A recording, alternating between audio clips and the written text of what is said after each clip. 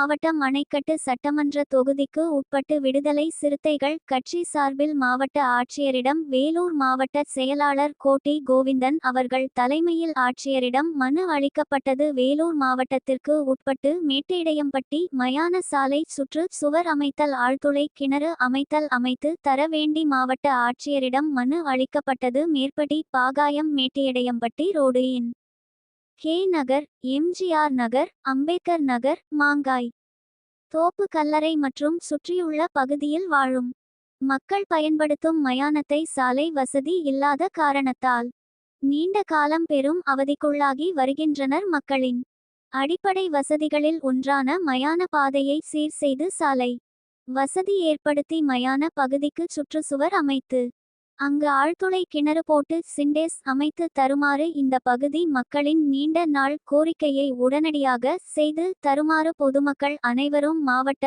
ஆட்சியரிடம் கோரிக்கை மனு வைத்துள்ளனர். இதில் விடுதலை சிறுத்தைகளின் கட்சியின் சார்பில் கோட்டி கோவிந்தன் செயலாளர் கிழக்கு அவர்களின் முன்னிலையில் இந்த மனு அளிக்கப்பட்டது. தயவு செய்து எங்கள் கோரிக்கைகளை ஏற்று உடனடியாக எங்கள் பகுதி மக்களுக்கு செய்தி தருமாறு சமூக ஆர்வலர்களும் பொதுமக்களும் அன்பாய் வேண்டி கேட்டுக்கொள்கிறோம்.